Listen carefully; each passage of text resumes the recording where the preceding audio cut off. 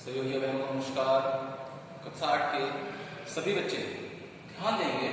आज आपका भूगोल में चैप्टर नंबर 4 भारत शक्ति के साधन, जिस प्रकार से मनुष्य या पशु उसमें शक्ति प्राप्त करने के लिए उसे भोजन की आवश्यकता होती है।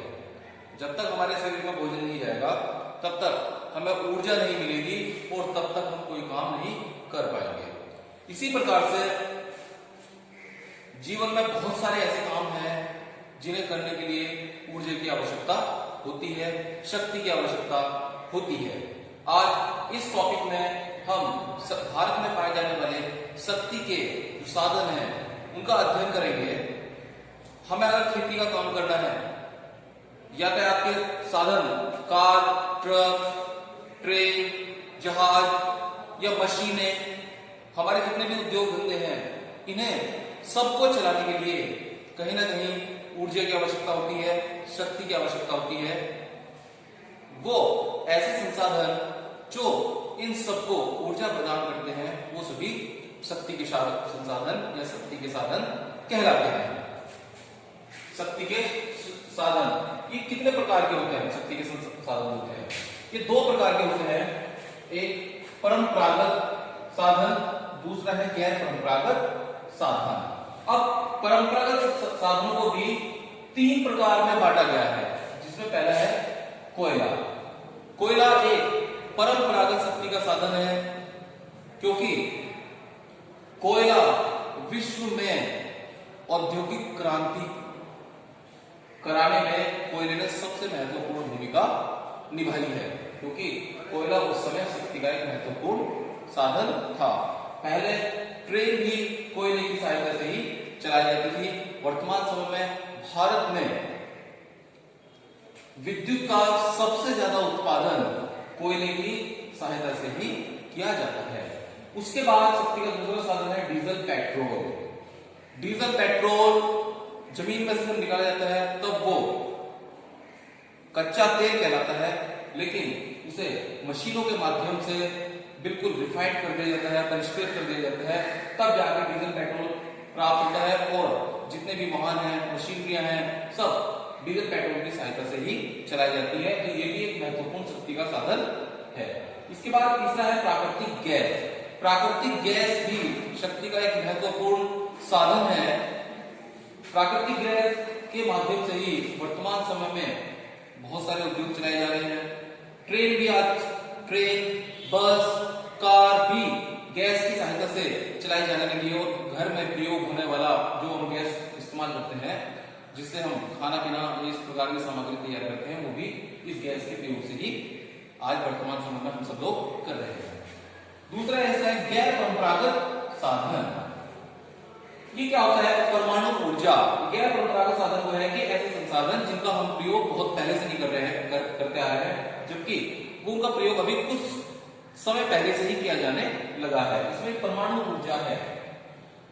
परमाणु ऊर्जा के लिए जो कच्चा मटेरियल है, यूरेनियम, थोरियम, इस प्रकार के खनिज हैं जिनके माध्यम से परमाणु ऊर्जा तैयार की जाती है।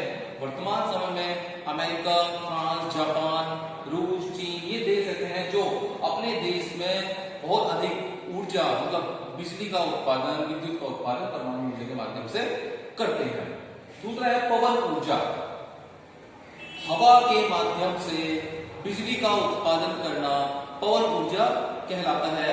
नीदरलैंड, डेनमार्क, ऑस्ट्रेलिया ये ऐसे देश हैं जहां पर वायु के माध्यम से बिजली का उत्पादन किया जाता है। बहुत बड़े बड़े पंखे लगा दिए जाते हैं जो हवा से घूमते हैं और बिजली उत्पादन करते हैं। भारत में तमिलनाडु, गुजरात आदि राज्यों में पवन ऊर्जा से बिजली का उत्पादन किया जाता है।